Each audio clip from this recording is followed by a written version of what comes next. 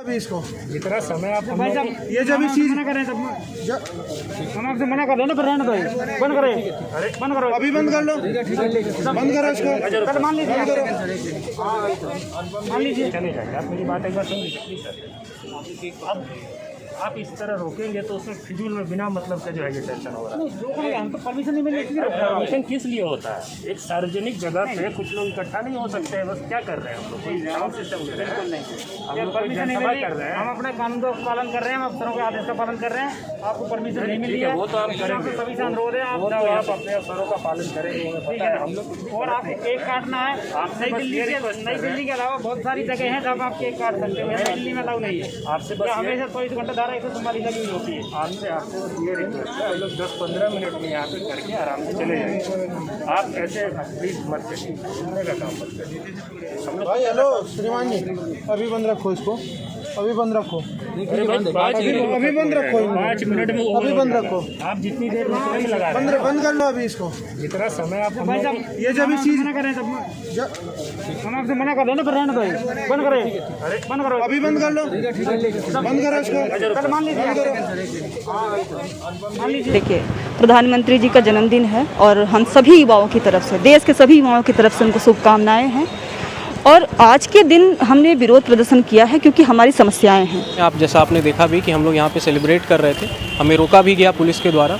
और ये बात समझने की ज़रूरत है कि आज ये केक काटने की ज़रूरत क्यों पड़ी हमें। और इन दो में से एक चीज़ दे दीजिए, तभी हम दिल्ली से जाएंगे, नहीं तो हम दिल्ली से वापस नहीं जाएंगे। ये हमने फ्रंट ले लिया है, या तो मोदी जी हमको वर्दी दे दो या फिर हमको अर्थी दे दो। बेरोजगारी का जीवन जीने से अच्छा है मर जाना ठीक है। कहाँ जाएगा युवा? रिटर्न पास करेगा, फिजिकल पास करेगा, मेडिकल पास करेगा, फिर ज्वाइनिंग के लिए दिल्ली की सड़कों पर दर भटकेगा।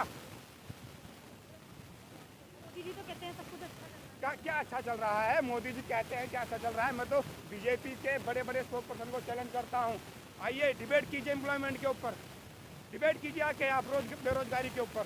आइए आंकड़ों के साथ आप डिबेट करोगे, मैं आंकड़ों के साथ डिबेट कर लूँगा। लेकिन आपकी सरकार ने तो साहब बेरोजगारी के आंकड़े देना ही बंद कर दिया। ये SSC GD का युवा है, यूपी से आ रहा है, असम से आ रहा है, 3-3 दिन का रास्ता है। बेचारा यहाँ आता है दिल्ली की सड़कों पे, में न रहने का ठिकाना है न खाने का ठिकाना है। हम ऐसे ही सोते हैं। पिछले 8 महीनों से दिल्ली की सड़कों पर दर भटक रहे हैं। हम कहाँ जाएंगे? हम कहाँ जाएगा युवा? इस देश का कहाँ जाएगा साहब? इस देश का युवा पढ़ लिख कर बेरोजगारी करेगा क्या? बेरोजगार रहेगा इस देश का पढ़ लिख कर? तीनों चरणों में उत्तीर्ण होने के बाद भी रोजगार नहीं मिलेगा क्या? अब इस देश के युवा को ये स्थिति आ चुकी है अब इस देश के अंदर। बस मैं इतनी बात करना चाहूँगा, मोदी जी हम आपसे कुछ नहीं चाहते। हम SSC GD medical fit candidate हैं, हमको रोजगार दीजिए, हमें और कुछ नहीं चाहिए। हम लोग दर दर की ठोकरें खा रहे हैं। हम लोग से भी आप लोग बने हुए हैं क्योंकि हम लोग इतने दिन से परेशान हैं। क्यों मेरी बात नहीं सुनी जा रही है? हम लोग दिल्ली के सड़कों पे भटक रहे हैं, प्रशासन हमारी बात नहीं सुन रही है, प्रशासन हमारे ऊपर लाठीचार्ज कर रही है। कहाँ गई ये 2 करोड़ की नौकरी मिलने वाली? हर साल 2 करोड़ की वादा किया गया था और जो कि 5 साल से हम लोग 4 साल से वैकेंसी रुकी हुई थी। इतने दिन से हम लोग पढ़ लिख करके क्या करें, ओवर एज हो चुके हैं। कौन कहने का कोरोना काल में रिलैक्सेशन मिला एज में? कुछ भी नहीं मिला। कहाँ जाए हम लोग? मैं सोचता हूँ कि एक बार मौका अगर मिल जाएगा तो चीन पाकिस्तान को मैं सबक सिखा दूंगा, कभी एक बार भी आंख नहीं दिखा के देख पाएगा। मैं इतना कहूँगा एक बार मौका जरूर मिल जाए। चीन पाकिस्तान चाहे कोई भी देश भारत को एक बार भी आंकड़े उठाने देंगे हम लोग। हम लोग उस देश के निवासी हैं जो कि भारत माता के हम लोग बच्चे हैं। हम लोग को चाहिए कि एक बार सरकार जरूर मेरी बात सुन ले, क्योंकि हम लोग बहुत परेशान हो चुके हैं। हम लोग की बात कब सुनेगी सरकार? क्योंकि हम सरकार से रिक्वेस्ट कर रहे हैं, हमारी बात सुन लीजिए। में आप जैसा आपने देखा भी कि हम लोग यहाँ पे सेलिब्रेट कर रहे थे, हमें रोका भी गया पुलिस के द्वारा। और ये बात समझने की ज़रूरत है कि आज ये केक काटने की ज़रूरत क्यों पड़ी हमें। और केक तो हर किसी के भी बर्थडे में केक काटा जाता है, लेकिन केक काटने के अलावा इस दिन को हम लोग जुमला दिवस के रूप में क्यों सेलिब्रेट कर रहे हैं? इसलिए कर रहे हैं क्योंकि आज आप देखिए कि महंगाई कितनी बढ़ गई है। पेट्रोल और डीजल के दाम कितने बढ़ गए हैं, LPG सिलेंडर के दाम कितने बढ़ गए हैं, तेल के दाम कितने बढ़ गए हैं। या फिर अगर आप जो खुला मार्केट होता है वहाँ पे आप जाइए, महंगाई कितनी बढ़ चुकी है। उसके अलावा आप निजीकरण का इशू को देखें, हर जितने भी नेशनल एसेट्स हैं हमारे देश के, उन सारे नेशनल एसेट्स को जो है ये सरकार जो है हमारी, जो केंद्र की सरकार है, वो प्राइवेटाइज़ कर रही है। और प्राइवेटाइज़ करके वो सिर्फ उन कॉरपोरेट्स को दे रही है, 2 अडानी और अंबानी जैसे लोगों को दे रही है, जो इनको कॉरपोरेट फंडिंग देते हैं, जो इनको पॉलिटिकल फंडिंग देते हैं इलेक्टोरल बॉन्ड्स के थ्रू। तो जो आम आदमी है वो क्या करेगा? इससे तो नौकरियां कम होगी ना। जो आप जब ये नेशनलाइजेशन का दौर चल रहा था और उस दौर में कई लोगों को नौकरियां मिली, एक एसेट खड़ा हुआ हमारे देश में, और आज आप उन्हीं नेशनल एसेट्स को जब आप प्राइवेटाइज़ कर रहे हैं तो जाहिर सी बात है कि बेरोज़गारी कम होगी, जाहिर सी बात है कि बेरोज़गारी बढ़ेगी और बहुत ज़्यादा बढ़ेगी। हमारा जो देश है वो 90% जो है असंगठित क्षेत्रों में, पूरी तरह से असंगठित क्षेत्रों में काम करता है। 10% के आसपास ही लोग जो हैं वो संगठित क्षेत्रों में काम करते हैं। अब आप असंगठित क्षेत्रों में ऑलरेडी बहुत दबाव है। अब संगठित क्षेत्रों के जो लोग हैं, जो सरकारी नौकरियां हैं, उनको आप हटा रहे हैं, उनको आप घटा रहे हैं। क्यों घटा रहे हैं? क्योंकि आप नेशनल एसेट्स को बेच रहे हैं, PSUs को बेच रहे हैं, बैंक्स को बेच रहे हैं। तो जाहिर सी बात है कि जो बैंक का कर्मचारी है वो भी इससे पीड़ित होगा। जो इंश्योरेंस का जो कंपनी LIC के जो लोग हैं वो भी इससे पीड़ित होंगे कि जो व्यक्ति जब LIC में ज्वाइन किया था वो एक सरकारी कंपनी थी या सरकारी ऑर्गेनाइजेशन थी या सरकारी बैंक थी, अब 10 साल के बाद वो प्राइवेट हो जाएगी। तो वो तो इस सरकार के प्रति अपना विरोध तो जताएगा ही ना। उसके अलावा अगर आप देखें जो बेरोज़गारी का जो इशू है, बेरोज़गारी का जो इशू पिछले 7 साल में बहुत बड़ा हो गया है।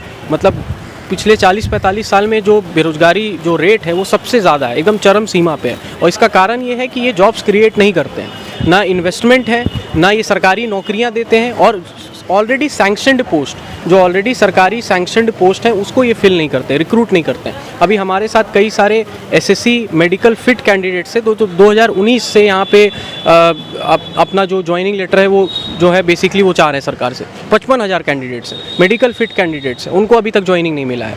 तो जाहिर सी बात है कि बेरोज़गारी के इशू पे तो वो आएंगे ना। मोदी जी कहते थे कि हम हर साल 2 करोड़ नौकरियाँ देंगे। मोदी जी कहते थे कि हम जो भी काला धन है वो वापस ले आएंगे। मोदी जी कहते थे कि हम GST से इकोनॉमी को बूस्ट अप कर देंगे। ये सारी चीज़ों के बारे में मोदी जी हमेशा कहते हैं, और ये आप देखें ना कि क्या ऑन ग्राउंड इम्प्लीमेंट हुआ है, क्या ब्लैक मनी वापस आया है, कि क्या 15-15 लाख सबके खाते में गए हैं, क्या जो मोदी जी ने प्रॉमिस किया था कि डीमोनेटाइजेशन के बाद जो काला धन है जो विदेशों में पड़ा है वो वापस आ जाएगा, क्या वो आया? नहीं आया। क्या GST के आने के बाद कोई फ़ायदा हुआ? नहीं हुआ। क्या पेट्रोल और डीजल का दाम 2014 में जब वो लोग विरोध करते थे, 2014 से पहले यही सरकार जब विपक्ष में थी तो विरोध करती थी कि पेट्रोल और डीजल का दाम 60 या 65 रुपये कैसे हो गया। आज आप देखिए कि पेट्रोल और डीजल का दाम कितना बढ़ चुका है, 100 पार हो चुका है। 100 आज तक नहीं पार हुआ था, इतना आंकड़ा कभी पार नहीं हुआ था। तो इन सब चीज़ों को लेके लोगों में जो है, छात्रों में, लोगों में, आम नागरिकों में बहुत ज़्यादा विरोध था, बहुत वो खुन्नस खाए हुए थे सरकार से। इसीलिए आज का दिन उन्होंने चुना कि आज हम लोग मोदी जी के जन्मदिन को जुमला दिवस के रूप में सेलिब्रेट करेंगे, क्योंकि पिछले 7 सालों में उन्होंने कई सारे जुमले फेंके। उनके अपने ही कई सारे मित्रगण और नेतागण कहते हैं कि जो मोदी जी कहते हैं वो उसको आप सीरियसली मत लीजिए, वो एक जुमला होता है, वो एक चुनावी स्टंट है। तो जाहिर सी बात है जब उनके खुद मित्रगण और राजनेता ही कह रहे हैं कि मोदी जी जो कहते हैं वो एक जुमला है, तो जाहिर सी बात है कि उनके जन्मदिन को फिर जुमला दिवस के रूप में मनाना चाहिए ही। जैसे हम बाल दिवस मनाते हैं, जैसे हम खेल दिवस मनाते हैं, जैसे हम किसान दिवस मनाते हैं, वैसे हमें जुमला दिवस भी मनाना चाहिए। इसीलिए हमने आज का दिन चुना, मोदी जी का जन्मदिन चुना कि आज हम जुमला दिवस मनाएंगे। जैसे कि अभी पुलिस का भी अभी हमने रवैया देखा कि अभी जब हमें आ रहे थे यहाँ पे तो बीजेपी के लोग जो थे वो मोदी जी का केक काट रहे थे और पुलिस कुछ नहीं कर रही थी, और यहाँ भी हमने देखा कि पुलिस किस तरह से वो आपको कह रही थी कि मत करिए। नहीं, देखिए, पहली बात SSC GD 2018 ये मसला इतना संवेदनशील है कि मैं मतलब लोगों को खुद अंदाज़ा लगाना चाहिए कि जो सरकार सेना के नाम पे राजनीति करती है, वो सरकार 2018 से छात्र भारतीय सेना में जुड़ना चाहते हैं, उन्हें ज्वाइनिंग नहीं दे रही है। वो ITBP, SSB, CRPF, CAPF, Assam Rifles, इन सब को ज्वाइन करना चाहती हैं। वो लड़कियां हैं, वो लड़के हैं, गरीब घर से लोग, वो 6 बार दिल्ली में आके प्रदर्शन कर चुके हैं, उन्हें क्यों नहीं सुना जा रहा है? SSC GD जैसे बेरोज़गार युवाओं का आवाज़ उठाना युवा हल्ला बोल का धर्म है।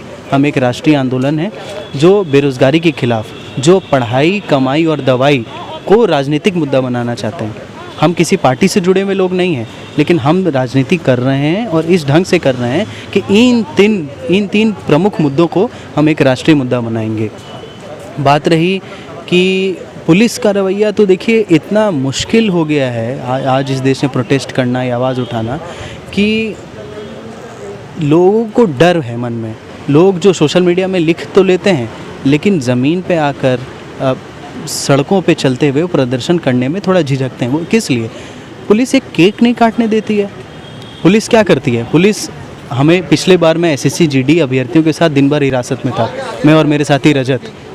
वो किस लिए? क्योंकि हम लोग मांग करना चाहते थे। कहाँ? जंतर मंतर में। जंतर मंतर ऐतिहासिक तौर पर आंदोलन करने का जगह रहा है। तो हम उनके साथ खड़े हैं। युवा हल्ला बोल इन 3 मुद्दों को, पढ़ाई, कमाई, दवाई को राजनीतिक मुद्दा बनाएगा और इन सभी बेरोजगार युवाओं का आवाज़ उठाएगा। मैम आपका नाम क्या है?